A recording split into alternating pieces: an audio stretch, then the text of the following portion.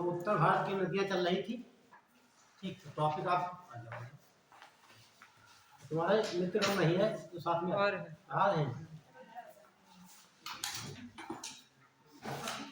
Topic आपका है उत्तर भारत की नदियाँ। डायग्राम तो बना होगा सबका? नहीं बना? फिर से बनवा लो। मैंने ग्रुप पे डाला था, वो मैं देखा आप लोगों ने? ठीक है, दो डाले थे, जो एक देखो कलरफुल है, हाँ, एक बिना कलरफुल जो है वो एक किताब चलती है माजिद हुसैन की। उनकी किताब कोई काट नहीं सकता है, इंडिया के बहुत बड़े भूगोल रखता है माजिद हुसैन, ये एक टीचर है, ठीक, उनकी वो बहुत स्टैंडर्ड मानी जाती है। और जब कोई पेपर बनता है इंडिया लेवल पर या कोई विवाद होता है तो किताब उठाई जा सकती है। तो वो फोटो उससे खींचा हुआ है, कोई नंबर भी लगा हुआ उस पर है। जब कह देंगे भारत का भूगोल माजिद हुसैन की बुक, तो उसमें ये मैप मिल जाएगा आपको। देखो ग्रुप पे देखिए आप लोग।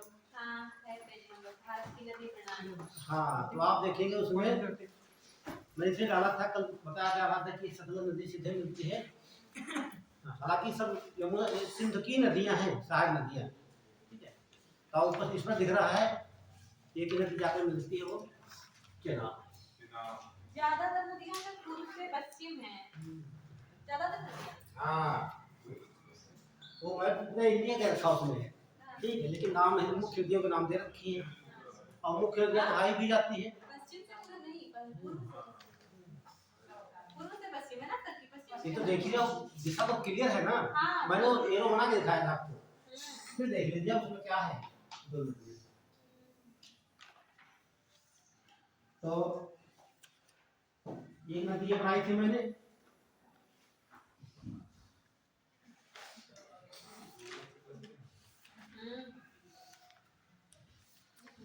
ये यहाँ से निकल रही है, काम करेगी। और दूसरी नदी मैंने बनाई थी यहाँ से, इसका नाम मैंने चिनाब कहा था, याद है? ये चिनाब थी, और ये आपकी बताया था ये झेलम है।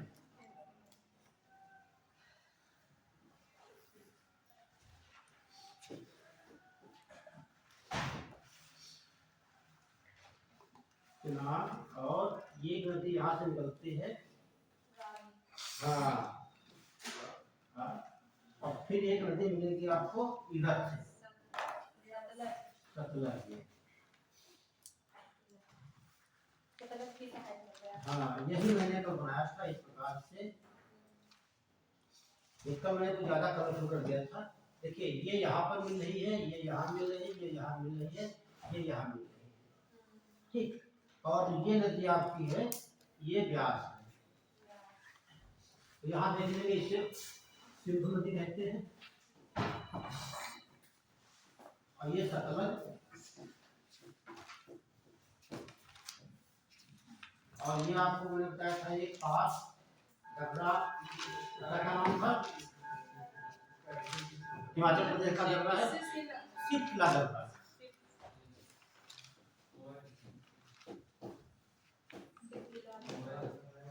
सिपला डबरा या पास, इसी डबरे से होकर नदी निकलती है। और ये देख लीजिए यहाँ से नहर निकाली गई है, वेरी गुड, इसका नाम है इंदिरा नदी।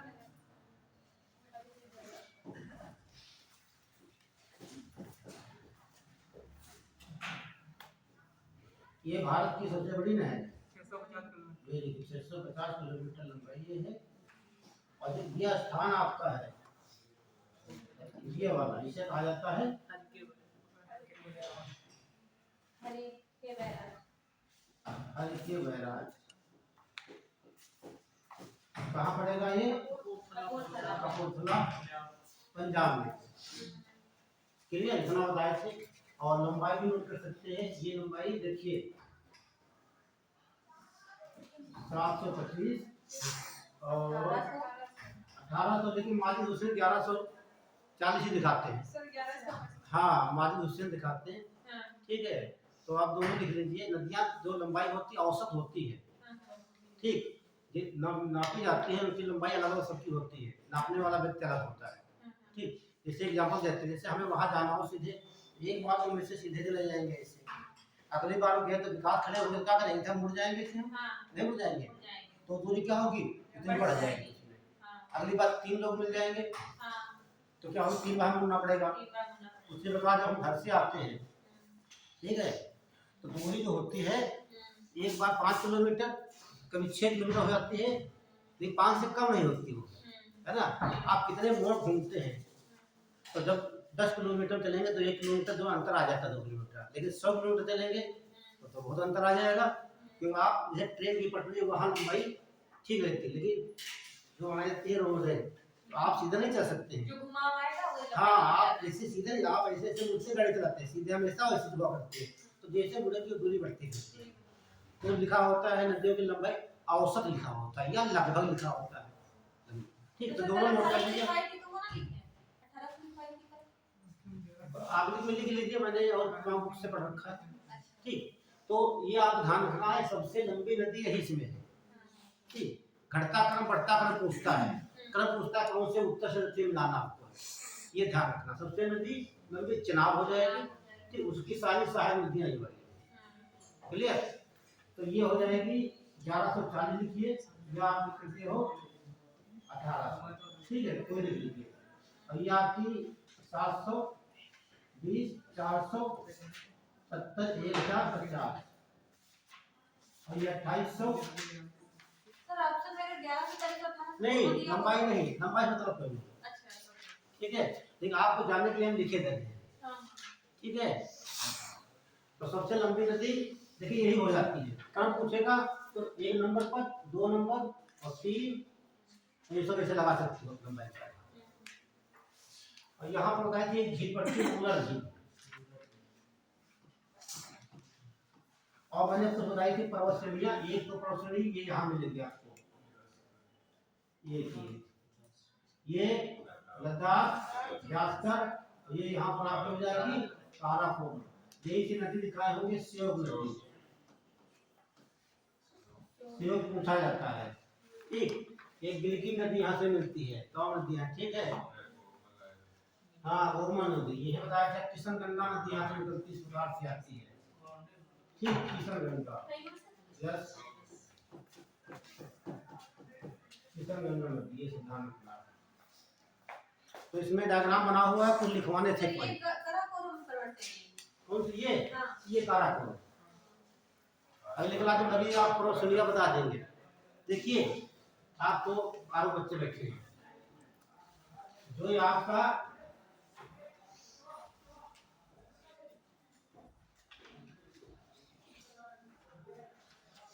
ये भारत आपका है, ठीक, यहाँ पर देखेंगे 1 2 3 श्रेणियां हैं, इसे काराकोरम, लद्दाख, जास्कर, इसे कहा जाता है ट्रांस हिमालय। इसका निर्माण जो हुआ है हिमालय से पहले हुआ है, ठीक। उसके बाद 3 पर्वत श्रेणियां इस प्रकार से हैं, इसे कहते हैं महान हिमालय, फिर एक खंड के रूप में इसे क्या बोलेंगे, मध्य हिमालय, और ये और इसे क्या बोलते हैं, शिवालय। ये आपको पढ़ना रहता है। तो इस श्रेणी की बात कर रहे थे, लद्दाख और काराकोरम यहाँ से निकलती इसके बीच से।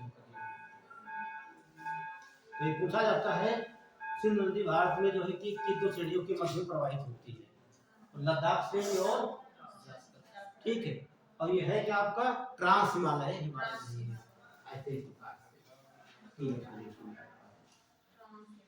ठीक है, बता रहे थे आपको। यहाँ पर कुछ आपको लिखाना है ना, बाकी तो हो गया था, कुछ पॉइंट आउट कर लीजिए आप लोग यहाँ पर। हाँ, और ये पड़ता है मिठानपुर, क्या बनेंगे, मिठानपुर,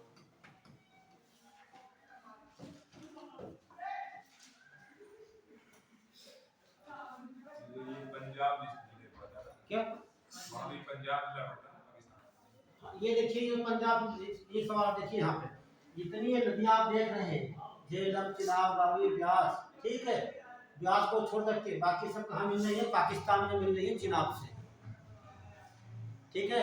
इसका क्षेत्र अंतर्राष्ट्रीय क्षेत्र, लेकिन जो ब्यास नदी है, ठीक, ये ब्यास कुंड से निकलती है और इसका जब केवल भारत में ही रहती है।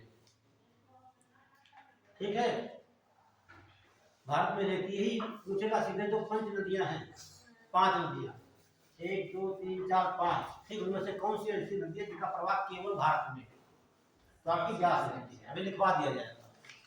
ठीक है, तो कुछ पॉइंट नोट कर लीजिए आप लोग, जरूरत है। डायग्राम बना होगा तो समझ जाएंगे आप लोग। ठीक, तो पहले पॉइंट बनता है, देखिए जो नदियां हैं, लिखिए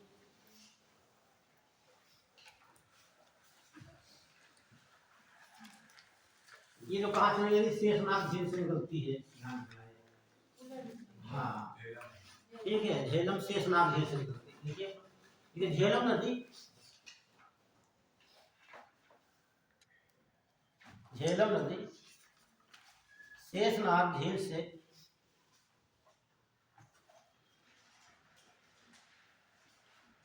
झील से निकलकर जम्मू कश्मीर की ऊलर झील,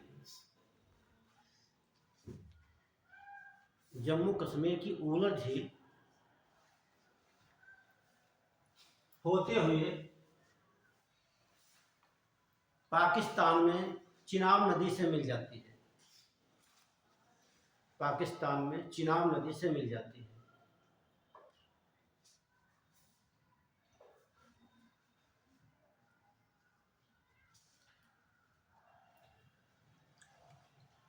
ये ऊलर झील है, भारत की क्या विशेषता इसकी है, भारत की सबसे बड़ी मीठे पानी की झील है।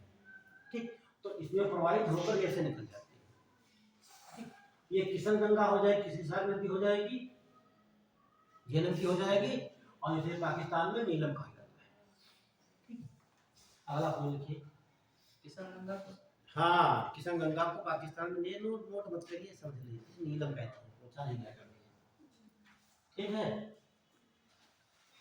अगला पॉइंट लिखिए सतलज नदी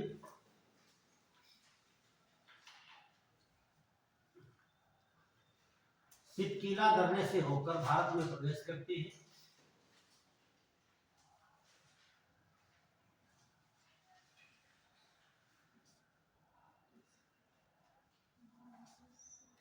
सिटकीला दर्रे से होकर, सिटकीला दर्रा लिखना ब्लैक में लिख देना, पंजाब हिमाचल प्रदेश एचपी।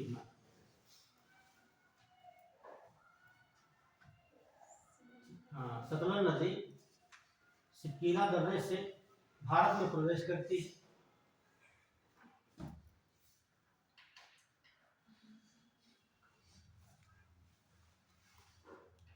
तो दो चीज मालूम हो आपको, ये तो सिटकीला दर्रा कहाँ है, हिमाचल प्रदेश में। ठीक है, इस दर्रे से होकर नदी भारत में। अगला सवाल से पूछा जाए सिंध की सबसे लंबी सहायक नदी, क्या लिखेंगे अपना, तो चुनाव हो जाएगा आपका। अपना चिनाब की सबसे लंबी सहायक नदी सतलज हो जाएगा, है ना। देख लीजिए सवाल ऐसे बनते हो।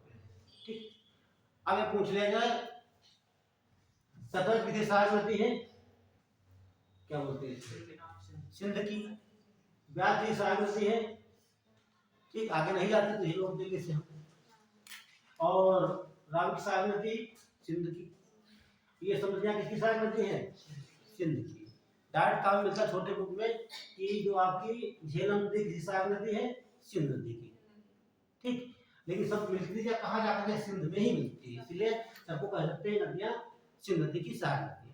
क्योंकि सबसे लंबी नदी कौन सी है, सिंध नदी है, 2880 किलोमीटर। ठीक है,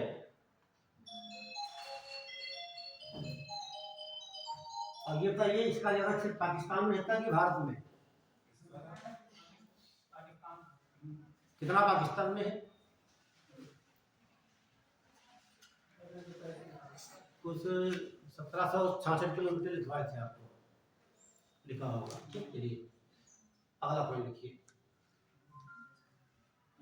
देखिए इन्हें क्या कहते हैं, पंचनद कहा जाता है। तो पंचनद कहाँ बनेगा, पंचनद कहाँ बनेगा, हाँ पाकिस्तान में बनता पंचनद है। ठीक, क्योंकि ये आती कहाँ है, पंजाब में सब, इसीलिए पंजाब का नाम था गया पंजाब। आप मीन्स क्या होता है? देखिए पंजाब, क्षेत्र होता है। 5 नदियों के बीच का क्षेत्र। पंच प्लस आब, नदियों के ठीक। 5 आब मीन्स क्या होता है? हाँ, ये 2 नदियों के क्षेत्र बीच होता है, उसे दोआब कहते हैं। आब में नदियां होती है, ये हिंदी शब्द नहीं है, ठीक है। आब मीन्स क्या होता है? नदियां। बताइए, ठीक है। दोआब का कहते हैं, दो आपका 2 नदियों के बीच की क्षेत्र। हाँ देखिए 2 नदियों की, जैसे मान लो कोई नदी है कि यही देख लीजिए, तो ये नदी है, ये नदी प्रवाहित हो रही है कि हो रही है, इनके बीच का जो क्षेत्र होता है। अपवाद से क्या बोलते हैं, अपवर्तन का करेंगे, जो मलबा होगा यहाँ पर, वो यहाँ जमा होकर ये बन जाता है उपजाऊ क्षेत्र। तो 2 नदियों के क्षेत्र का जो बीच का स्थान होता है उसे दोआब कहा जाता है। ये उपजाऊ बहुत होता है। ये बना कैसे? नदियों के अवसादों से बनता है। अवसाद जानती हो, नई मिट्टी होती है, नई मिट्टी बहुत उपजाऊ होती है, पुरानी मिट्टी ठीक। नई मिट्टी खादर कहते हैं। बांगर, बांगर में बंजर, बंजर का मतलब वहां ना तो कभी पानी पहुंचेगा, ठीक। मतलब ये होता है जैसे मतलब कोई खेत आपका है, आप यहाँ फसल काट रहे हो, ठीक, तो इसमें जितनी उर्वरकता उतनी तो है, बाकी डालते रहेंगे। लेकिन कोई दूसरा क्षेत्र यहाँ पे, यहाँ हर साल बाढ़ आ जाती है, बाढ़ आई तो क्या आएगा, तमाम प्रकार की नई मिट्टी यहाँ आ जाएगी, फसल अच्छी होती है, ठीक। उसके बाद 2-3 साल काम किया, फिर बाढ़ आ गई, और ये तो मिट्टी बाढ़ में क्या होगी, कट गई, फिर जमा हो गई। तो ये कहलाती है खादर मिट्टी। खादर उपजाऊ होती है, बांगर में बंजर समझ लीजिए, जहाँ बार बार हम खेती करते हैं वहां पानी या नदियों का पानी नहीं पहुंचता है। ठीक, पूछा भी जाता है, ठीक है, कि खादर क्या होता है? खादर उपजाऊ होती है कि बांगर उपजाऊ? बांगर से बंजर, बंजर जानते उपजाऊ कैसे होगा, ठीक। यहाँ नदियों का पानी नहीं पहुंचता है, नदियों का अवसाद नहीं पहुंचता, ठीक। तो 2 आप समझ गए, आप समझ गए, खादर समझ गए और बांगर समझ गए, ठीक। तो वहां बता दिया आपको। अगला पॉइंट देखिए, बांग ऐसे लिखेंगे, बंजर नहीं, बांगर और खादर। बाबर, बाबर देखो क्या है, देखिए, हाँ जो आपने ये देखा, ठीक। ये जो लास्ट में शिवालिक श्रेणी है, क्या है? शिवालिक। जब शिवालिक इसे क्या कहते हैं? वाह हिमालय, वाह हिमालय सभी दक्षिण की पर्वत श्रेणी हो गई है। इसके बाद कोई पर्वत श्रेणी नहीं है, ठीक। जब कोई पर्वत श्रेणी नहीं है तो यहाँ जो ऊंचे ऊंचे पत्थर होंगे वो गिर कहाँ आएंगे? नीचे आ जाएंगे, यहाँ पर आएंगे नहीं आएंगे, ठीक। तो ये पत्थर आ जाएंगे नीचे, यहाँ इतने बड़े बन जाते पत्थर। और कोई नदी में से जो आएगी पत्थरों में डूब जाएगी, है ना। जैसे मान लो यहाँ पत्थर इतने उसे डाल दिए जाए, कंकड़ पत्थर, और उधर से कोई नदी आ रही हो तो पत्थरों के ऊपर खड़े होंगे आप, आपको पानी दिखाई देगा? नहीं दिखाई देगा, लेकिन नदी तो है वो, कहेंगे नदी घाटी कहेंगे, पानी कहाँ नीचे चल रहा है। लेकिन जब पत्थर समाप्त हो जाएंगे धीरे धीरे, ये जब नदियां मैदान में आएंगी तो जहाँ इनमें मिट्टी उट्टी लगी होगी, मलबा सब लेकर साथ में निकलेंगे बाहर, तो ये बन जाता है दलदली क्षेत्र, दलदली या बोलते तराई क्षेत्र। और जो ये क्षेत्र यहाँ पर कंकड़ पत्थर मिट्टी पड़े हुए हैं, नदी ऊपर नदी है, नीचे नदी, ऊपर कंकड़ पत्थर है, और इसे क्षेत्र क्या कहता है? भाबर, ठीक। यहाँ नदी आपको दिखाई नहीं देगी, ठीक है। और ये सब कहाँ देखने मिलेगा आपको? शिवालिक के दक्षिण में देखने को मिलता है। तो पहले बनता है भाबर, फिर तराई क्षेत्र बनता है, और जो नदियां हैं, नदियां पानी जहाँ नया ले जाती है वो बन जाता है खादर, और जहाँ नदियां पानी यहाँ नहीं पहुंचा पाती वो बांगर, सब खादर, बांगर, तराई, मट्टी जरूरत हो ही जाएगी, जो आएंगी हम मैदान बनेंगे। जैसे ये कहाँ बैठे, गंगा का मैदान है, यहाँ कौन सी मिट्टी है? जलोढ़ मिट्टी है ना। तो ये सब तो गंगा प्रवाहित हुई, यहाँ पर गंगा की धारा ज्यादा थी, गंगा बहुत चौड़ी थी, धीरे धीरे अपना मरवा लाते के काटते रहे। आज ये क्या हो गया?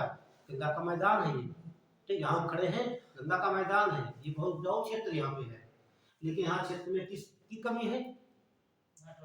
वेरी गुड, नाइट्रोजन की कमी है, क्योंकि हम देखते हैं जो फसल बोते हैं वो नाइट्रोजन यूरिया जरूर डालते हैं उसमें। यूरिया क्या लिखा होता है? सबसे ज्यादा नाइट्रोजन यही लिखी होती है, नाइट्रोजन 46%। यही पता चलता है हमारे उत्तर भारत में या गंगा के मैदान में या जलोढ़ मिट्टी में नाइट्रोजन तत्व की कमी पाई जाती है, इसलिए नाइट्रोजन डालने के लिए हम यूरिया डालते हैं। तो हम 100 जन नहीं बन सकते इससे। चलिए आते तो यहाँ देख लीजिए, बताते हैं जो नदियां हैं आपकी, ठीक आपने देखा 4-5 नदियां हैं, ये तो झेलम। अच्छा लिख लीजिए नदियों के नए नाम, इधर के नए नाम, इधर पुराने नाम, ये सब पूछा जाता है और वनडे छोटे एग्जाम में तो बहुत पूछता है।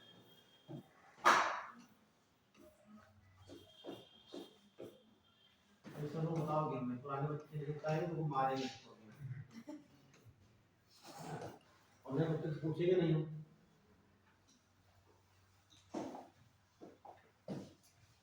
ये तो हो गया पुराना नाम,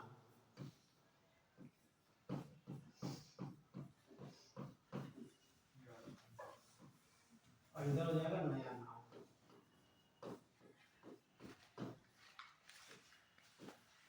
तो पुराना नाम आप देखते हैं, ठीक ये तो हम व्यास, ठीक है, अभी बताना नहीं, पूछे तो बताना। चेनाब, रावी, झेलम, ये तो नए नाम है, ये हो जाएंगे, ये आपके नए नाम हो जाएंगे। और ये प्राचीन कहिए या इन्हें, ठीक प्राचीन भी कहा जा सकता है।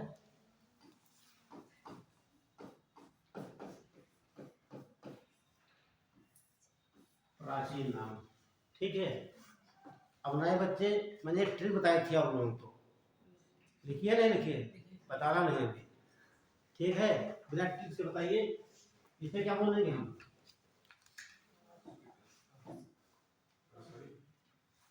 नीचे नहीं देखना है, उधर देखो इधर, व्यास से विपाशा है, सही है नहीं है? याद आ रहा है? बताइए, व्यास से विपाशा है ना। अच्छा ट्रिक बता देते आप लोग समझ जाएंगे। देखिए बताए थे BCR, और खरीदे कौन देता है? बाप जी, है ना, बाप में पिताजी, और आपके बराबर लगा लीजिए ये अपन, बस यही ठीक है। पहले BCR चलता था कि आप लोग छोटे रहे होंगे, गांव में शादी वाला प्रोग्राम होता था, BCR देखने पूरा गांव इकट्ठा हो जाता देखने के लिए, है ना, ठीक है। हम लोग बहुत मारे जाते थे, है ना, देखने पहुंच गए, दादी आवाज लगा रहे हैं तो बैठे हैं, सुबह घर गए तो स्टार्ट हो गए, एक मम्मी बचाते थी। तो देखिए बी से व्यास, बी से विपाशा, सी से चेनाब, ए से अश्विनी, चेनाब का नाम अश्विनी। ये मैं बहुत भूलता था, बाबा पढ़ाना होता था तो हमको बिना ट्रिक से कहीं काम चलने वाला है। आर से रावी, पी से परसुड़ी, रावी परमुसड़ी, नदी,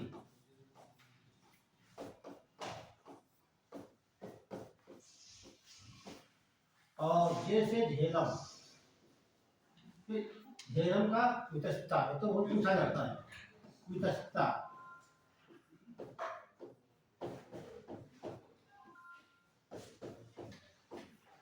उत्तस्ता नदी। हो गया? तो नए बच्चे लिख लीजिए, ठीक ध्यान रखना, ठीक से सवाल हो जाएगा।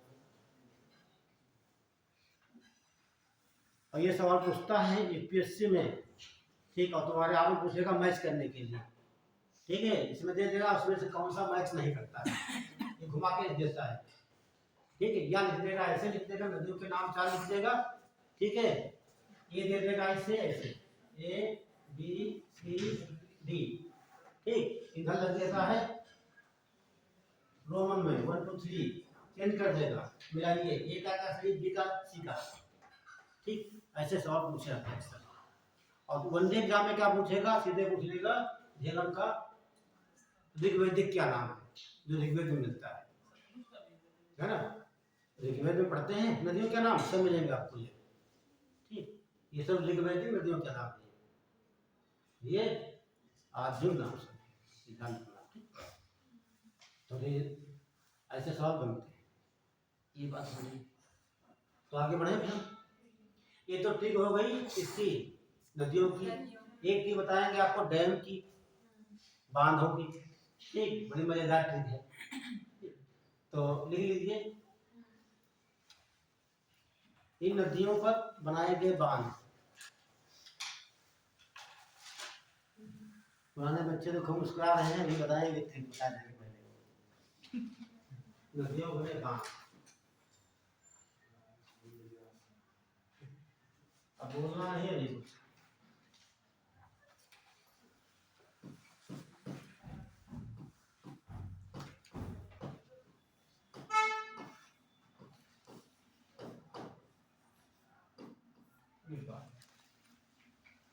ठीक है। तो तमाम 5 नदियां हैं, मुख्य मुख्य बांध पढ़ लेते जो हमेशा पूछे जाते हैं, ठीक, तो एक ट्रिक है, शाबाश दूल्हा, अरे वाह, दूल्हा बोलना नहीं, शाबाश दूल्हा, पूरी तू ढेर, ये ठीक है, सब बांध इसी में, एक लाइन है खींच लेंगे, एक ये बस, शाबाश दूल्हा पूरी तू ढेर, ठीक, ये जायज बना, हाँ, मतलब बाद में बताएंगे, पहले विचार विमर्श करिए, सुनिए, मतलब आप क्लास में थे नहीं, ठीक बात क्या,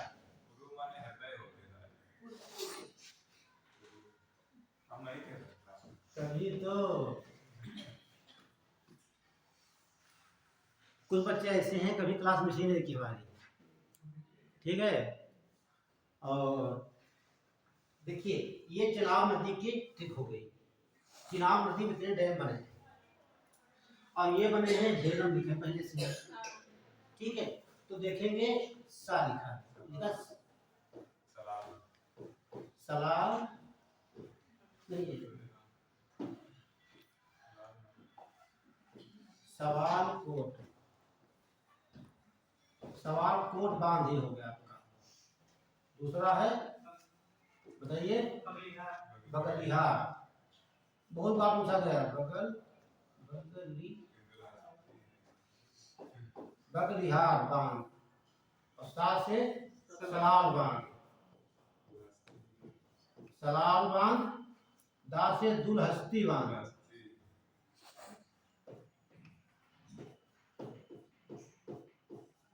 हिंदी में करेंगे दुल्हा की हस्ती हो जाएगी, है ना, दुलहस्ती, तो ध्यान रखना ये डाली बहुत इंपॉर्टेंट है, ये कहाँ बने हैं, चिनाब नदी पर, ठीक है, शाबाश दूल्हा याद रखना, साथ से सवाल कोट बांध कहाँ है, चिनाब नदी पर, और बगलिहार डैम कहाँ है, चिनाब नदी पर, और सलाल बांध कहाँ है, चिनाब नदी पर, दुलहस्ती बांध कहाँ है, चिनाब नदी पर, इसे बोलते हैं उरी परियोजना, नाम सुना है, उरी परियोजना या बांध, अभी फेमस जम्मू कश्मीर की है ना, अक्सर सवाल में पूछा जाता है, और ये तो बहुत अक्सर, ये तो ज्यादा तुलबुल परियोजना, ये उठा के देख लिया, तुलबुल, तुलबुल दोनों याद रखना।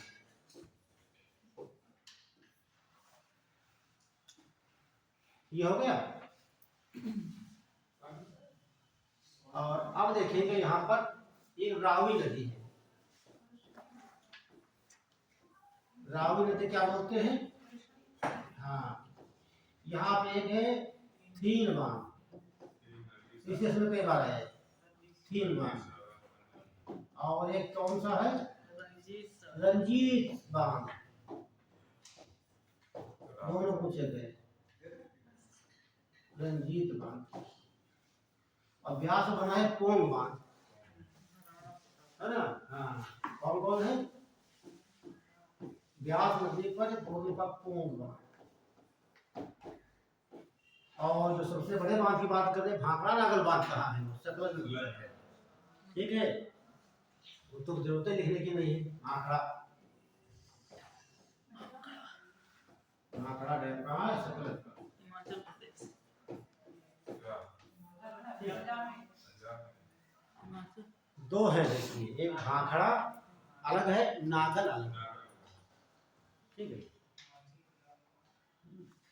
तो भाखड़ा नागल बांध कहा जाता है। दोनों के बीच की दूरी में डायग्राम में बनवाया होगा, है ना? तो भाखड़ा जन दाखिल कीजिए बस। ये इतने मुख्य में बांध हो गए।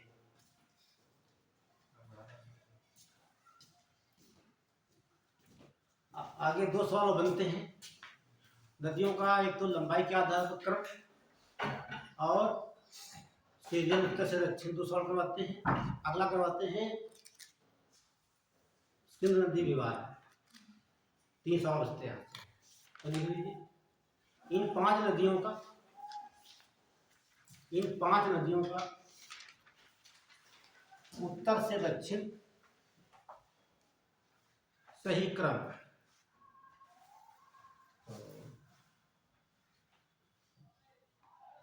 सबसे उत्तर में कौन सी हो जाएगी?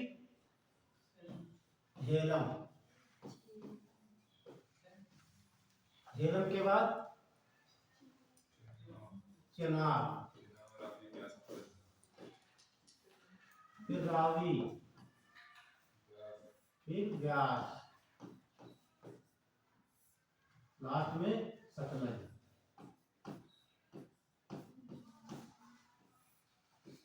ये ध्यान रखना, एग्जाम में ऐसे देता है। ठीक है,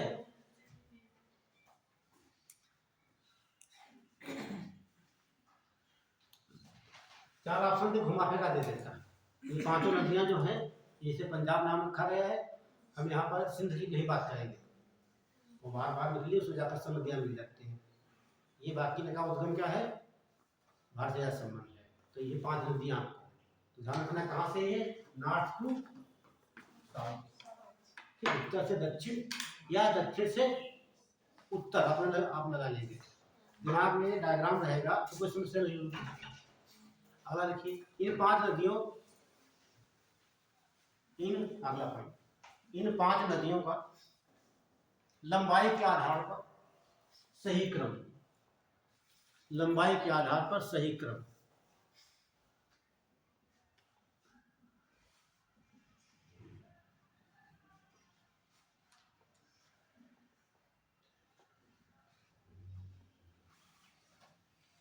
हो गया सही क्रम। तो सबसे पहले लंबाई आपको मालूम होगी। देखिए, तो ये 725 है, तो ये सबसे लंबी है। 720 है, 470 है, 1050। तो सबसे लंबी कौन सी हो जाएगी? तो चेनाब हो जाएगी। ध्यान रखना, सबसे लंबी। ठीक है, फिर आपकी हो जाएगी सतलज, फिर आपकी हो जाएगी झेलम, लास्ट में आपकी हो जाएगी रावी और फिर व्यास। तो ये क्रम ध्यान रखना आपको। ठीक है, ये क्रम देखिए कैसे आप कर सकते हैं आप लोग, जब तक आपको डाटा नहीं याद हो गई है ना। डाटा आप लोग ठीक बना सकते हो, 1 2 3 4 5 कर सकते हो। इसकी लंबाई क्या करोगे, ठीक है, इसकी लंबाई 1 किलोमीटर, ठीक, इसकी 2 किलोमीटर, इसकी 3, इसकी 4, इसकी 4, इसकी 5, ऐसे कर लीजिए। लंबाई कभी पूछता नहीं की, ठीक है, बस ये पूछता है सबसे लंबी कौन सी नदी है, घटता क्रम बढ़ता क्रम, यही यूपीएससी का स्टैंडर्ड है। ठीक, अगला पूछेगा ये सब नदियाँ कहाँ जाकर मिलती है, सिंधु नदी मिलती है, है ना, पंजाब में मिठानपुर में, ये सवाल होता है। अगला सवाल लिखिए नोट करके, यहाँ पर डाउट किसी को, आप ट्रिक कोई बना सकते हो। अगला लिखिए, इन 5 नदियों में, इन 5 नदियों में केवल ब्यास का प्रवाह भारत में ही है। इन 5 नदियों में केवल ब्यास का प्रवाह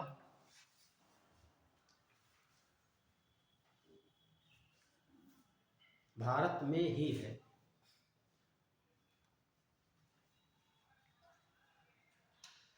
ब्यास नदी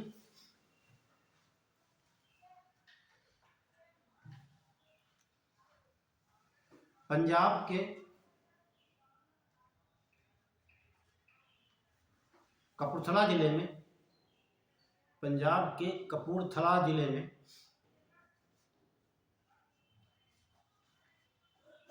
हर के बैराज से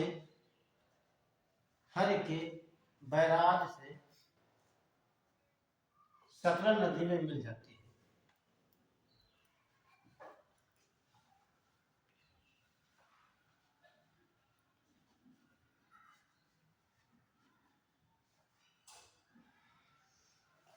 और इसी बैराज से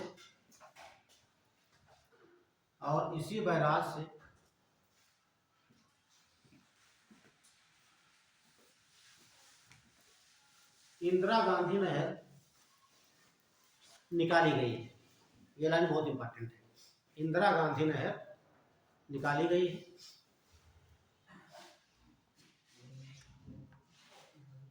जो कि भारत की सबसे लंबी नहर है,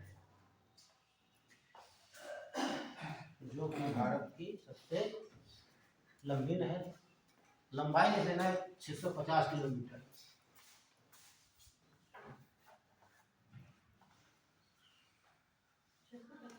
हाँ,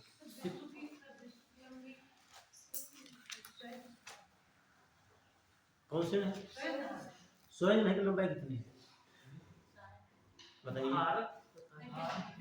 आप बताइए, इसको बताएगा।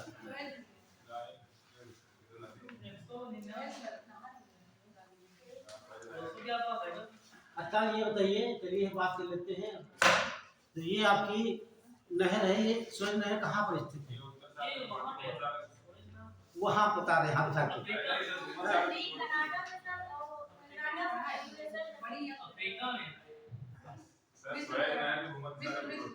अरे रुक जाओ, ये सबको वही देख लीजिए।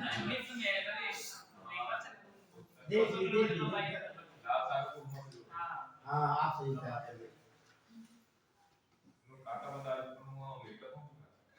भैया जाने को कहीं भी चले जाओ, कोई बात नहीं, जाना हो कोई समस्या नहीं है, ठीक है, भी जा सकते हो।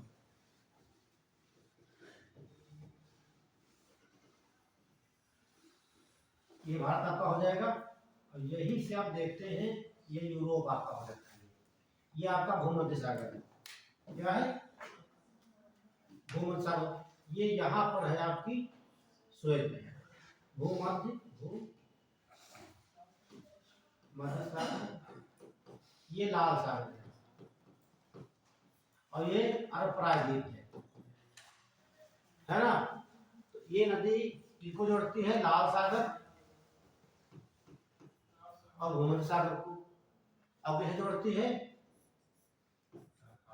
ये कौन सा एशिया है, यहाँ पे एशिया और अफ्रीका को जोड़ती है, और लंबाई इसकी ठीक कहीं 193 मिलता है, कहीं 200 मिलता है तो आर्म्स की। ठीक, पहले कम थी, बाद में बड़ी कर दी गई है। ठीक, तो ये बुझाता है कि इस नहर को बनने से भारत से ब्रिटेन जाने के लिए कितने किलोमीटर की दूरी कम हुई है? वेरी गुड, सवाल कई बार पूछा गया, 7,000 किलोमीटर। पहले कैसे आते थे? ऐसे, ये मुंबई पत्तन का हो गया, मुंबई पत्तन, कोई जहाज ले जाना है तो कैसे लाएंगे? इस प्रकार से, ऐसे यहाँ से घूमते हुए ऐसे आप हमको यहाँ पे, है ना? जब हमें कोई खाद्य पदार्थ ले जाना होता था, ठीक है, बाद जहाज में भर के पता लगा 4 दिन बाद वो खराब हो जाएगा, है ना?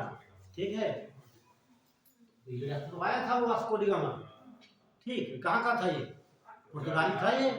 ठीक है, तो किस तट पर आया था? क्या बोले आपने? हाँ, आप कौन सा तट कहेंगे? मजा नहीं आया। ये केरला हो गया ये आपका, इसे क्या कहा जाता है? हाँ, मालाबार, मालाबार तट हो गया ना अभी। अच्छा अच्छा, ठीक वो ठीक है, लेकिन पूरे के इसको क्या बोलेंगे हम? मालाबार तट। ठीक, इधर बोलते कोलोन। ठीक, तो इस तट पर आया था मालाबार।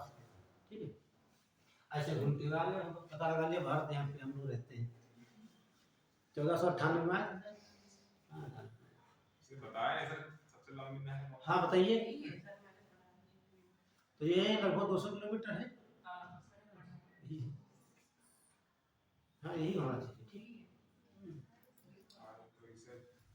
चलिए, कोई रही होगी मिल जाएगी, पर ऐसा सवाल होगा। ठीक है, हाँ 193। ठीक है, मिलता है, लेकिन लंबाई बड़ी की लंबाई बढ़ा दी गई है। तो हम क्या बता रहे थे आपको? हाँ, बांधी होता है, पुल जैसा होता है। हाँ, लखीमपुर एरिया, हाँ, ठीक, बैराज का मतलब बड़ा पुल होता है। हाँ, पानी को रोकने के लिए बनाया जाता है। यहाँ छोटा है तो बैराज बना दिए, बड़ा क्षेत्र होता तो उससे डैम बना कर। तो लिख लीजिए सिंध विवाद, सिंध नदी विवाद।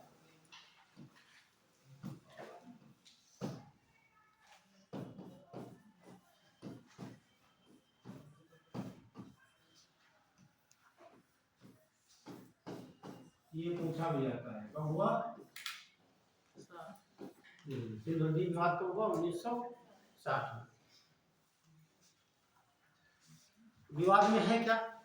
ठीक है, देखिए 1 2 3। ठीक, इसे क्या बोलेंगे? सिंधु, सिंधु, झेलम और चेनाब, ये पाकिस्तान के क्षेत्र में आती है। तो आप यहाँ लिख लेंगे ऐसे बना करके। तो भारत क्या करेगा इसका? भारत जो पानी इसका होगा केवल 20% यूज कर सकता है, और पाक बाकी बचा पाक 80% पाकिस्तानी करेगा। सिंपल सी बात है, समझने वाला है। ऊपर से 3 नदियां, अब नदियां 3 बचती, नीचे वाली है। हाँ, उसका ये लोग समझदार लड़का है ना? 3 नदियां हो गई, इन्हें क्या बोलेंगे हम? क्रमशः कर लीजिए, झेलम, चिनाब, क्या बोलेंगे? रावी, व्यास। नहीं, जब तक आप सिस्टम ढंग से नहीं पढ़ेंगे तब तक नहीं याद होगा। ठीक है, 2 भाग में बांट दीजिए। इसमें क्या विशेषता हो जाएगी? भारत क्या करेगा? भारत 80 ले लेगा, बचा 50।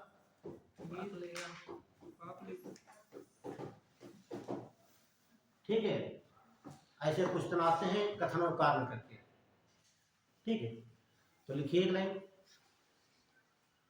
ऐसे बना ली, तो लिखने को जरूरत नहीं आपको। आपको हमेशा कहते हैं हमारी मेमोरी जो है डायग्राम को बहुत जल्दी कैच करती है, देखी हुई चीज को, पढ़ी हुई चीज को बहुत जल्दी भूल जाती है। कितना पढ़ते हैं इतिहास?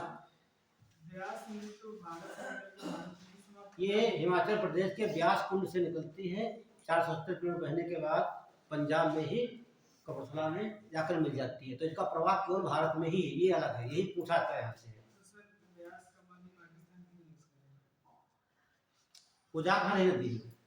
जहाँ तो आगे ही मतलब तो जा सब कहाँ जा रही है? सब नदियाँ कहाँ मिल रही है? सब सिंध में मिल रही है। सिंध कहाँ? पाकिस्तान में। वहाँ नहीं समझे? अपना भाई नदी रोक लीजिए, पानी मत जाने दीजिए, है ना? तो कुआं डैम बना दिया, से बना लीजिए, रोक लीजिए पानी। ये सब बातें हो गई। तो चलिए फिर आगे बढ़ते हैं हम। ठीक, यहाँ से डाल लीजिए coast line of India, Bharat की तटरेखा। यहाँ सवाल आरओ में शायद अक्सर पूछता भी है। Coast line of India, Bharat की तटरेखा।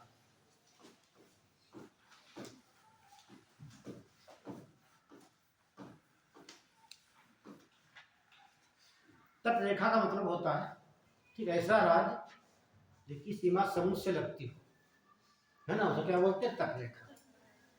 और कुछ देश होते हैं लैंड लॉक कंट्री, हिंदी में बोलेंगे भू अवध देश, उनकी सीमा कहीं भी किसी समुद्र से या सागर से नहीं लगती। तो भारत क्या भू अवध देश होगा? नहीं होगा, क्योंकि पश्चिमी अरब सागर, पूर्व बंगाल खाड़ी और दक्षिण में हिंद महासागर। अमेरिका होगा क्या? कनाडा होगा?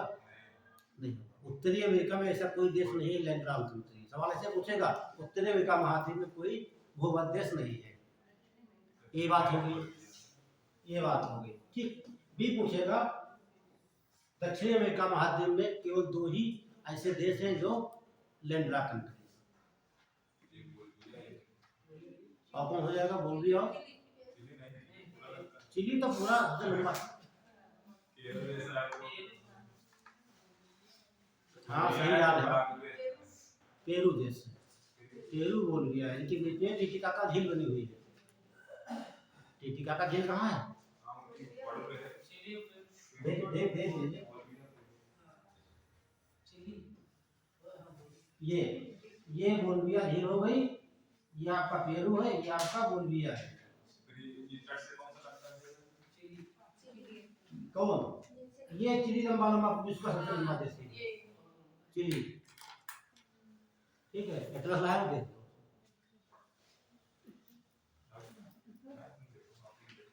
देख लो एटलस, दिखाइए, लाइए एटलस, तुमको दिखा दो।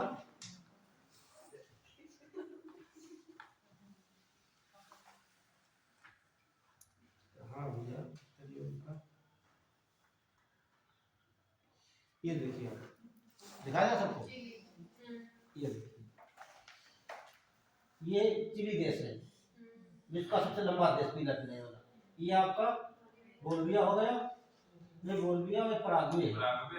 हाँ, बोलविया पराग्वे है। ठीक है, क्योंकि यहाँ तो नदी निकलती है पेरू से, अमेजन नदी निकलती है। ठीक, तो ये 2 देश हो गए, बोलविया और पराग्वे। ये क्या आपके 2 ही देश हैं। और ऐसे सवाल बोल देता है, लेकिन मालूम होना चाहिए। ठीक है, हाँ कजाकिस्तान है एशिया। हाँ, विश्व का सबसे बड़ा लैंड लॉक कंट्री।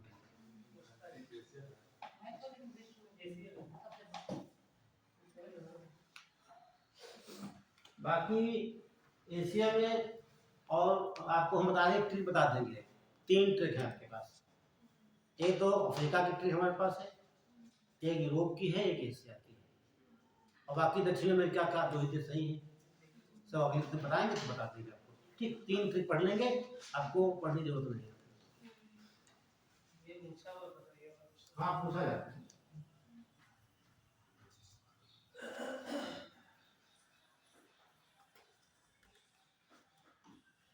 ये बना लेंगे अरब सागर, आप लोग इधर अरब सागर,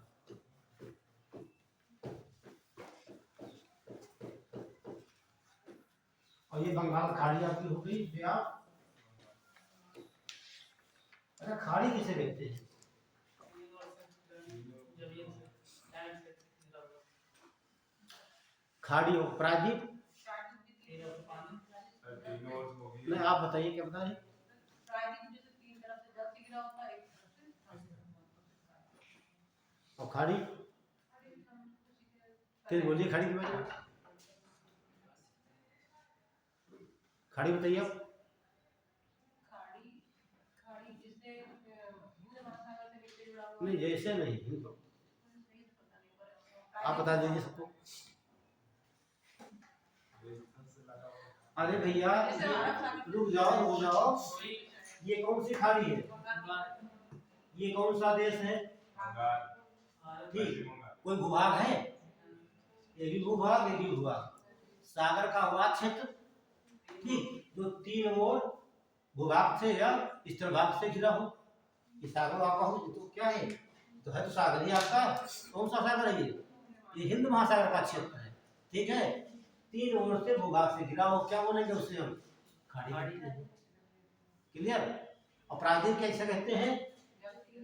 ऐसा पृथ्वी का भूभाग जो 1 2 3 और जल से घिरा, क्या बोलते हैं इसे? भारतीय प्रायद्वीप कहते हैं। सुनिए प्रायद्वीप का मतलब क्या होता है? पृथ्वी का वह भूभाग, पृथ्वी का वह स्थल भाग जिसके तीन ओर जल हो, उसे बोलते हैं प्रायद्वीप। पेनिनसुला कहा जाता है।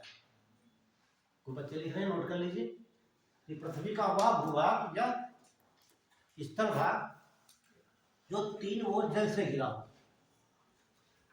जो तीन ओर,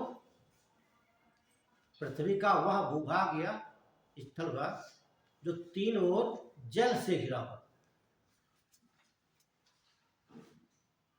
उसे क्या बोलेंगे? प्रायद्वीप कहेंगे।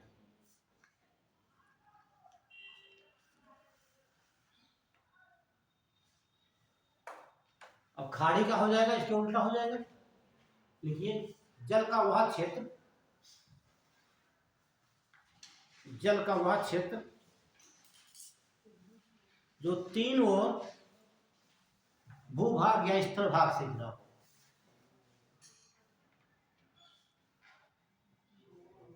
जल का क्या बोले हम? बोलो जरा।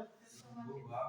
हाँ नहीं, जल का वह भाग या वह क्षेत्र जो तीन ओर भूभाग या स्थल भाग से घिरा हो, उसे खाड़ी कहते हैं। भूभाग या स्थल भाग, स्थल भाग या भूभाग से घिरा हुआ उसे खाड़ी कहते हैं। द्वीप किसे कहते हैं? तो द्वीप भी लिख लीजिए। इधर भूभाग था, उधर भूभाग था। अब ये यहाँ पर आपका हो गया लक्षद्वीप। चारों तरफ क्या है? पानी, ठीक। पृथ्वी का वह भूभाग जिसके चारों ओर जल है, उसे द्वीप या आइलैंड कहते हैं। पृथ्वी का वह भूभाग जो चारों ओर जल से घिरा हो या जिसके चारों ओर जल हो, उसे क्या बोलते हैं? द्वीप या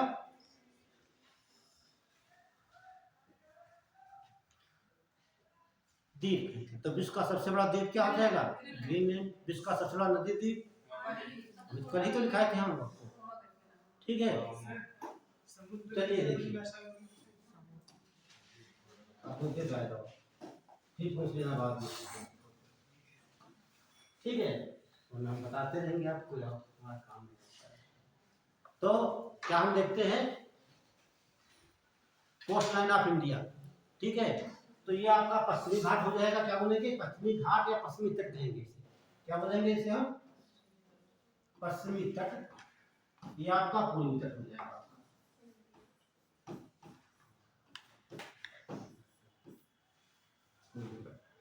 तो ये तो आपका ही हो जाता, गुजरात ही हो जाएगा, हो गया।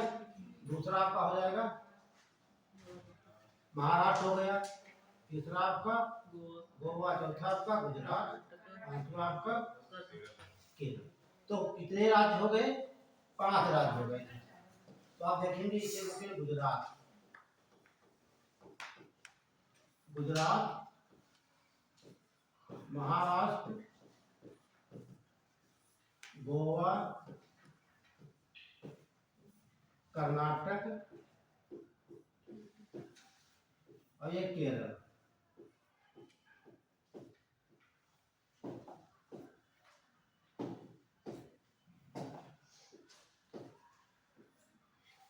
तो भारत के पश्चिमी तट पर कितने राज्य हैं?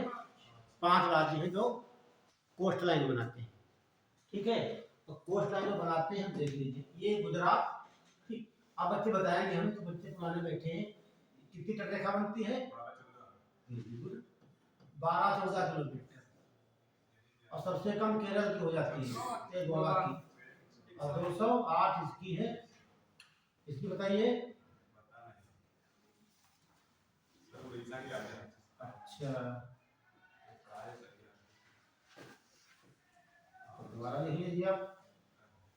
ये दूरियां ध्यान रखना तटरेखा की, ठीक है, किलोमीटर में सब है। और फिर हम इधर देखेंगे,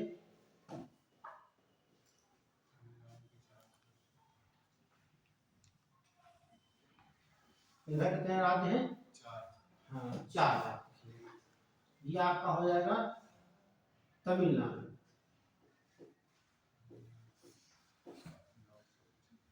तमिलनाडु सब कुछ तो है।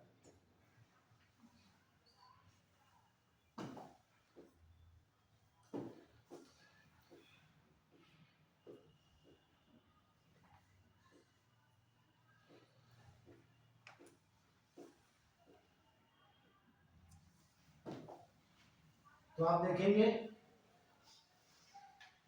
ये तो आपका हो गया पश्चिम बंगाल, ये ले लीजिए वेस्ट बंगाल। ये आपका उड़ीसा, आंध्र प्रदेश और ये तमिलनाडु। तमिलनाडु, आंध्र प्रदेश, उड़ीसा और पश्चिम बंगाल। तो बताइए भैया।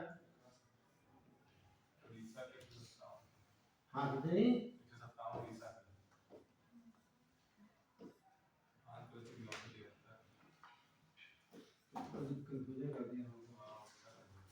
उल्टा बोल दिया, अभी हम लिखने वाले थे। ठीक है, ये दूरियां लिखना किलोमीटर में। अब बताते सवाल कैसे बनेगा।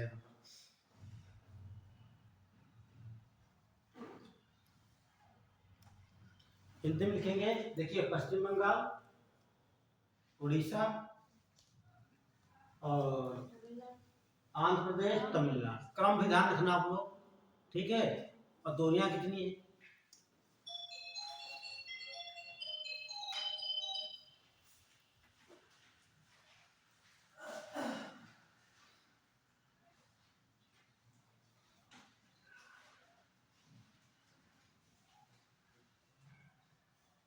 बना लिया?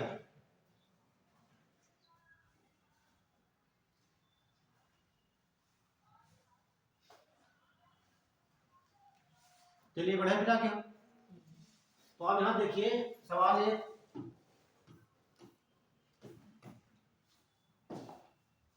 ये पूछेगा सबसे लंबी तटरेखा वाला राज्य। लिखिए नीचे लाइन, सबसे लंबी तटरेखा वाला राज्य।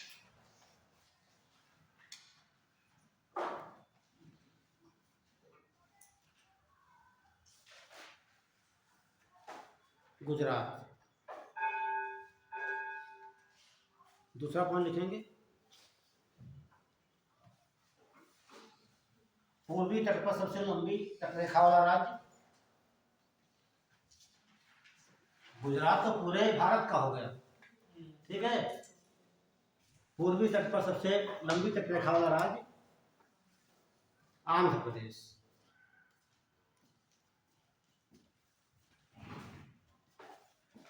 सवाल ऐसे पूछेगा कि पूर्वी तट पर सबसे लंबी तटरेखा का राज्य, गुजरात भी दिया होता है, ठीक है, कंफ्यूजन करने के लिए। आप देखते हैं गुजरात सबसे बड़ा है, टिक मार देते हैं, गलती वहां कर देते हैं। लेकिन ऐसा सवाल पूछा जाए, कहाँ पूछ रहा है, पश्चिमी तट की बात कर रहा है या पूर्वी तट की बात कर रहा है? दोनों सवाल क्लियर है। अगला पूछता है कि पूर्वी तट पर स्थित, सुन लीजिए पहले, कि लंबाई के आधार पर तटों का क्रम। या ऐसे पूछेगा पूर्वी तट पर स्थित सबसे कम लंबी तटरेखा वाला राज्य, तो क्या टिक करेंगे हम? पश्चिम बंगाल। ठीक, सब लिखा है, दिखाई दे रहा है, लेकिन आपको बताना है सवाल बनता कैसे है। ठीक, यहाँ सवाल इधर बन सकते हैं। ये तो लंबाई क्रम हो जाएगा, घटता क्रम बढ़ता क्रम। सबसे लंबी तक रेखा वाला क्या हो जाएगा? पूर्वी तट पर, ये पूर्वी तट का यूज कर लीजिए, पूर्वी तट पर। कितने सवाल बनते हैं? एक सवाल बनता है सबसे लंबी तट रेखा राज्य क्या हो जाएगा? आंध्र प्रदेश। सबसे कम पश्चिम बंगाल। ठीक, दूसरा बनेगा लंबाई का सही क्रम। थोड़ा आसान लग रहा होगा, लंबाइयाँ लिखी है तब इसलिए, है ना? एग्जाम में लंबाइयाँ नहीं याद रहेंगी आपको। ठीक, लंबाई का सही क्रम। तो सबसे सही क्रम का सबसे ज्यादा लंबाई किसकी हो जाएगी? पूर्वी तट आंध्र अभी गलती कर दी, लिखा पूर्वी तट की बात कर रहे हैं आपके, है ना? आंध्र प्रदेश, उसके बाद किसका आएगा? तमिलनाडु, उसके बाद उड़ीसा, उसके बाद वेस्ट बंगाल। ये ध्यान रखना है, सवाल ऐसे बनेगा एग्जाम में। ये कब हल कर पाएंगे आप? जब आपको दूरियां मालूम होंगी तब, वैसे नहीं हल कर पाओगे। अरे मुझे तो पूरी भूगोल और थोड़ा फिजिक्स केमिस्ट्री की बात नहीं याद है। याद रखना, मास्टर और डॉक्टर कभी दिमाग से बूढ़े नहीं होते हैं। अब आप ये भी जानते होंगे, ज्ञान बांटने से बढ़ता है। आज हम ऐसे पढ़ा रहे हैं, क्यों पढ़ा रहे हैं? तो कभी तो मेहनत किए होंगे, लेकिन मेरी आदत नहीं है कि हाँ सुन लीजिए, अच्छा यहाँ से पढ़ा रहा हूँ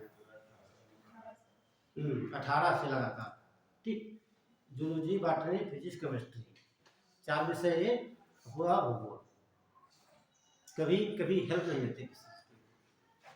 अब धीरे धीरे तो पूरा सब पूरा एक बार सोचना पड़ता है क्या, यदि आपको साइंस हिसाब पूछेंगे भी तो मुझे एक बार थोड़ा सोचना पड़ता है 10 या 20 सेकंड के लिए, उसे उन्हें जाना पड़ता है, सब अपनी किताब खोल जाते हैं।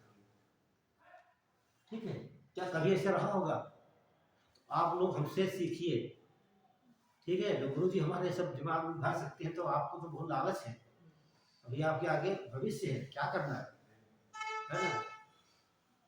हम भी जहाँ तो भूल आकर यहाँ रखे, कोई रोक है? कोई बताइए, कोई रोक सकता है? रख ले। और जब ऐसे पढ़ाएंगे तो उसमें तुम्हारा समय ज़्यादा खर्च होता है, उसमें देख देख पढ़ाने से। हाँ, और जो दिमाग खट गया वो गलत लगे, है ना? अब हम क्या करते हैं, पहले आपको पढ़ाते हैं, उसके बाद वो लाइन बनाते हैं, समझे ना आप? बहुत कठिन होता है पढ़ाना, उसके बाद फिर लाइन बना के उसी क्रम से लिखवाना आपको। ठीक है, ये आपका, ये तो आसान है बोलना, उल्टा साइड चाहे ऊपर से बोल नीचे बोले, लेकिन आप लिखवाएंगे हम, तब एक लाइन बनानी पड़ती है, क्या हमें लिखवाना है, कई सवाल बनते हैं, ये काम कठिन हो जाता है। जब कोई बच्चा बीच में बोल देता है तो अभी भाई ऐसे मानो पढ़ा रहे हैं, इतना बोल दिया, आप सोच रहे क्या हम बोलेंगे, कुछ कहाँ बनाएंगे, आपने इंटरव्यू कर दिया, लाइन कट हो गई, आपकी बात सुनने लगे, है ना? तो हम कहते हैं पूछो को भाई क्लास में, तो पूरा लिखवा दें, खूब पूछ लो, जितना आप सवाल पूछना हो पूछिए, ठीक है? लेकिन अब हम लिखवा लिया, आधी लाइन लिखी, सर ये बता दीजिए, पूरा हो जाए तो हाथ खड़ा कर दिए, खूब पूछ लेंगे। तो एक सवाल ये बनेगा, ये तो आपका हो गया बढ़ता क्रम, ये घटता क्रम हो सकता है, इससे कभी सवाल नहीं पूछेगा। ठीक है, अब देख लीजिए पश्चिमी तट पर, लिख लीजिए पश्चिमी तट, वेस्टर्न पश्चिमी,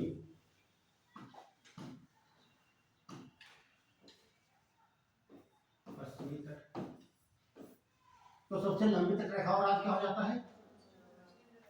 गुजरात। सबसे छोटी गोवा हो गया। अब यहाँ दो बनते हैं, बढ़ता क्रम घटता क्रम। ठीक है, तो बढ़ता क्रम जो होगा, बढ़ता क्रम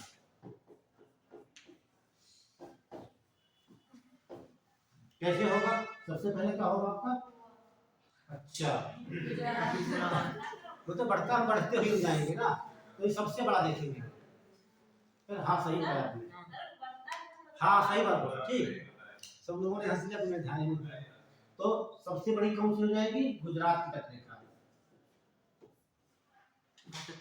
हाँ ठीक है, क्रम या सही क्रम ले लीजिए आप।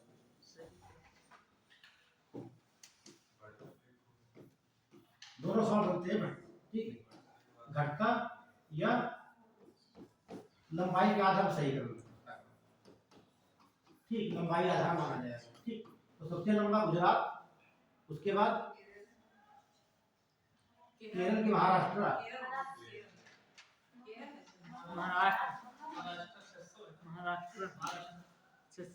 हाँ महाराष्ट्र 652, ठीक।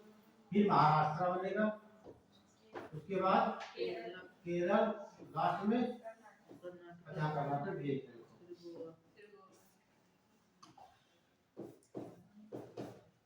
फिर ये ध्यान, 5 राज्य पश्चिमी तट पर है। सवाल पीछे से पूछता है, ठीक है।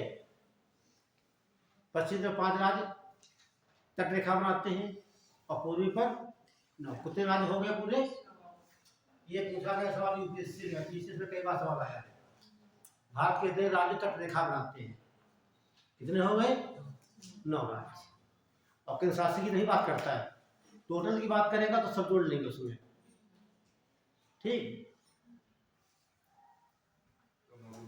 हाँ जोड़ लीजिए। एक अंडमान निकोबार हो जाएगा, लक्षद्वीप हो जाएगा, दादरा नगर हवेली हो जाएगा, दमन दीव हो जाएगा सभी, हाँ पुडुचेरी हो जाएगा सभी। तो बात ठीक, उसमें आप जम्मू कश्मीर छोड़ देना उधर का, और उधर दिल्ली छोड़ देना, चंडीगढ़ छोड़ देना, और कौन सा है?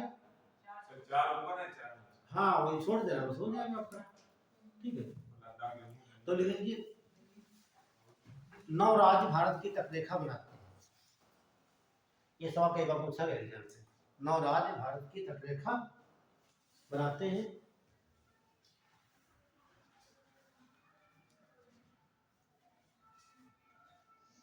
जिसमें से 5 राज्य पश्चिमी तट पर और 4 राज्य पूर्वी तट पर।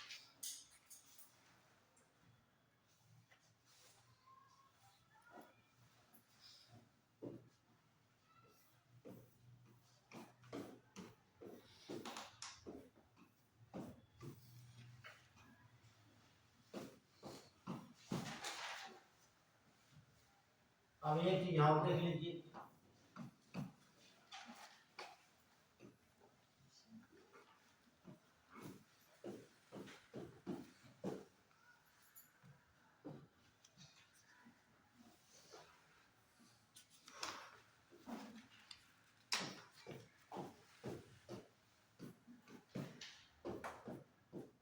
जगह ना हो मैं दूसरा बना सकते हो आप लोग, ऐसे बनाने का जगह हो तो लिखने के लिए।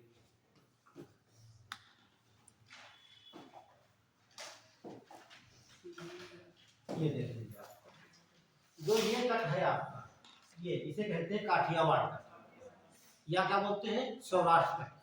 क्या बोलेंगे इसे? सौराष्ट्र या काठियावाड़,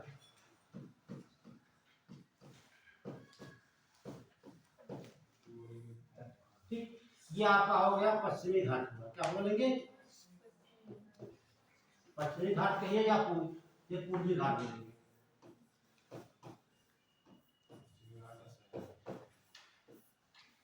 ठीक है। और महाराष्ट्र से लगा करके यहां तक क्या बोलेंगे? कोंकण तक।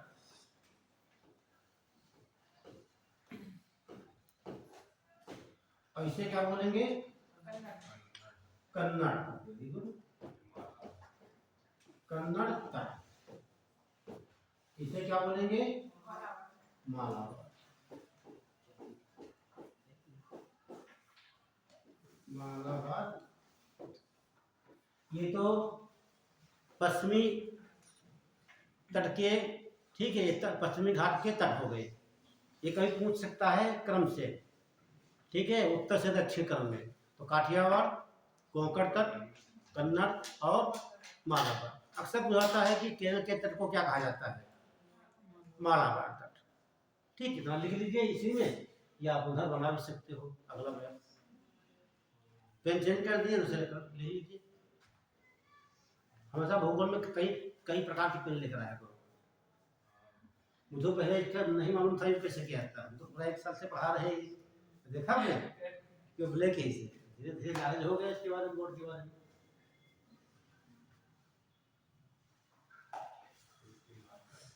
ये देखिए इधर बचता है क्या बोले, कोरोमंडल। कोरोमंडल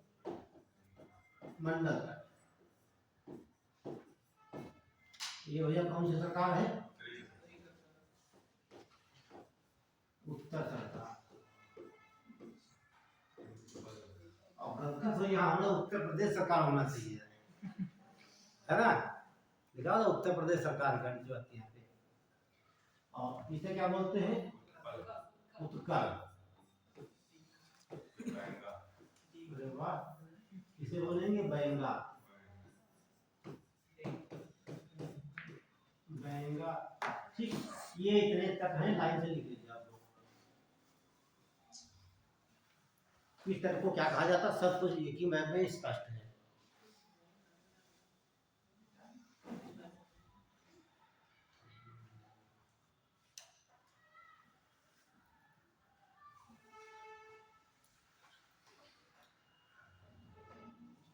अच्छा पूछा था भारत की सबसे लंबी जो है पर्वत श्रेणी कौन सी है, और वो एक कगार है, वास्तविक पर्वत श्रेणी नहीं है। अरावली बता दिया, अरावली कितनी लंबाई है? रुक जाओ, अरावली बताइए कितनी लंबाई है? अरावली की लंबाई कितनी बताइए भैया? 692 किलोमीटर। सवाल था भारत की सबसे लंबी पर्वत श्रेणी कौन सी है, जो कि वो कगार है, ये वास्तविक पर्वत श्रेणी नहीं है। और जो ये आप देख रहे हैं पूरा पश्चिमी घाट, ये इसको कहा जाता है सह्याद्री।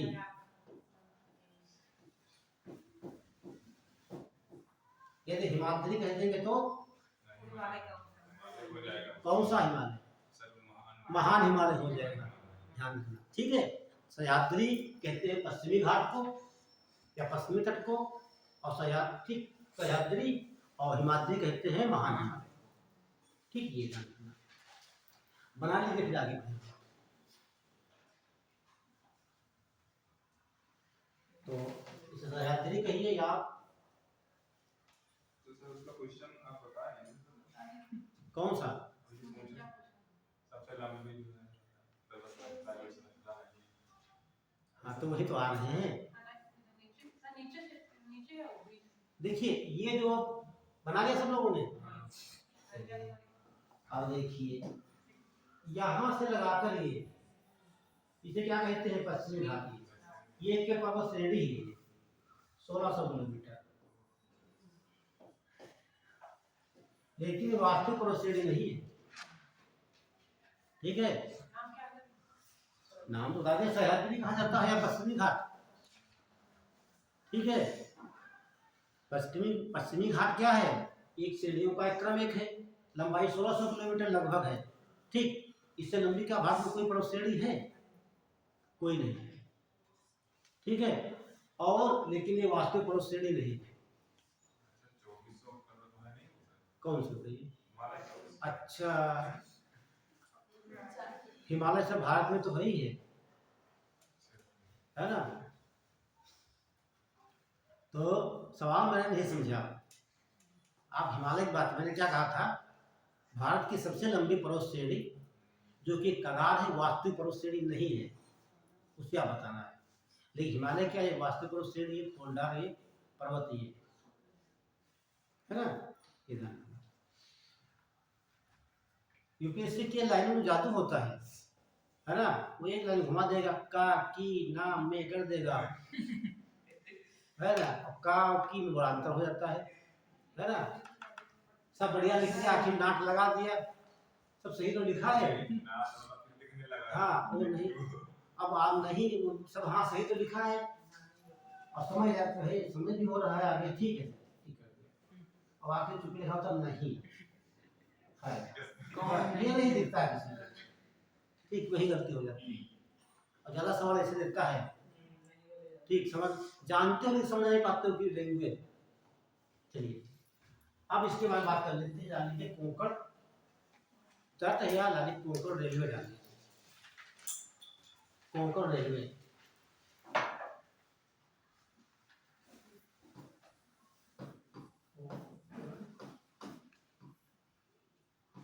ये बुझाता सवाल है। तो कोंकण रेलवे कहाँ से कहाँ है तो बता दे रहा हूँ। महाराष्ट्र से होगा। कर्नाटक देखिए ये पड़ता है रोहा, वहाँ पड़ता है तो दमन। रोहा ये आपका हो जाएगा गोवा, ये आपका मंगलौर, मंगलौर का मतलब कर्नाटक। तो यहाँ से ये लाइन है पूरी, क्या बोलेंगे इसे हम, ये देखिए ये खंभों पर टिकी हुई पूरी, इसे कहते हैं कोंकण रेलवे, ये कहते हैं कोंकण रेलवे, ठीक। और 760 किलोमीटर लंबी है और 1990 में बनना स्टार्ट हुआ और 1998 में बनकर तैयार हो गई। और इसकी तो योजना बनाई थी। सवाल बताइए, अब लखनऊ में मेट्रो बनी है ना, तो भारत में सबसे बड़ी मेट्रो बनी होगी, तो एक कोई तो एक इंजीनियर रहे होंगे। जनक हाँ, तो मेट्रो के जनक किसे कहा जाता है, नीचे नहीं देखना है, वेरी गुड, ठीक। ई श्रीधरन, जो आप देख रहे हैं पुल के ऊपर ट्रेनें चल रही हैं, जमीन के नीचे भी चल रही हैं, इन्हीं की देन पूछा जाता है मेट्रो मैन किसे कहा जाता है। जैसे कहते हैं मिसाइल मैन कलाम जी को, उससे कहा मेट्रो मैन किसे कहते हैं, ये सवाल सीधे पूछा गया बीसीएस में, मेट्रो मैन किसे कहते हैं या मेट्रो का जनक किसे कहा था, ई श्रीधरन को, उन्हीं के लिए। तो यहाँ कुछ पॉइंट नोट कर लीजिए आप लोग, ये पूछा भी जाता है कोंकण रेलवे कहाँ से कहाँ तक है, कितने राज्यों में है। ये रोहा कहाँ पड़ेगा, महाराष्ट्र में, महाराष्ट्र गोवा का हो गया, कर्नाटक, 3 राज्यों में इसका विस्तार। तो क्या हेडिंग पड़ेगी, लाइन बना भी लेना। हाँ कोंकण रेलवे लिखिए, यह लिखिए, यह रेलवे विशेषता कोंकण क्यों कहा गया इसे, ये खंभों पर है, ये लाइन कहाँ बिछी है, ये खंभों पर। जैसे आप लखनऊ जाते हैं ट्रेन देखते चलती है, पुल किस पे चलती है, खंभों पे, खंभा बना है ना मोटा सा, उसके ऊपर पुल बना हुआ, ऐसे ये खंभे बने हैं, लगभग 2000 के आसपास खंभे यहाँ, इन खंभों पर पटरी बिछाई गई है, इन्हीं पर ये चलती है ट्रेन, पूरी ट्रेन खंभों पे है। देखिए ये कोंकण रेलवे का विस्तार रोहा से लेना महाराष्ट्र, रोहा से कर्नाटक तक है, कर्नाटक तक है। अगला पॉइंट लिखेंगे,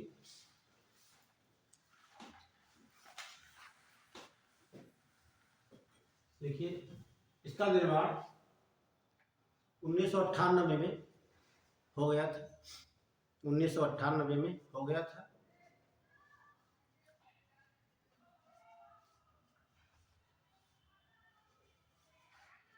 नेक्स्ट वन लिखेंगे, ई श्रीधरन को, ई श्रीधरन को मेट्रो मैन या मेट्रो का जनक कहा जाता है, फादर ऑफ मेट्रो।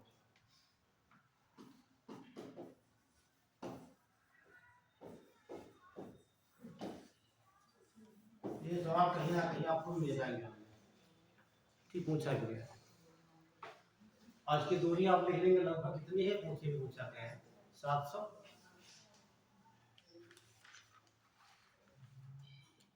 ये बात होगी, ठीक। दूसरी बात बनती है कि यहाँ पर कुछ देखिए, कुछ यहाँ पर बंदरगाह बनी हुई है, पोर्ट है, कुछ यहाँ पर पोर्ट है, इनके बारे में चर्चा करनी है, जो अगली क्लास में कर लेंगे। टनल भी है यहाँ पे। क्या पोखर सुरंग भी है यहाँ पे। पोखर सुरंग। यहाँ पे बहुत सुरंग है, एक नहीं है। सबसे लंबी सुरंग तो ये तो नहीं है, लेकिन बन रही है उत्तर भारत में। यहाँ तो हमें लग रहा है कई बहुत सी सुरंगें हैं, एक नहीं कम से कम 47 को दिखाता मुझे। ठीक, छोटी सुरंगें सब हैं। ठीक है, तो यहीं पर विराम करते हैं। अगली क्लास में हम आपको बंदर क्या बोलते हैं, यहाँ जो पोर्ट हैं बता देंगे आपको कौन कौन पोर्ट है, ये वो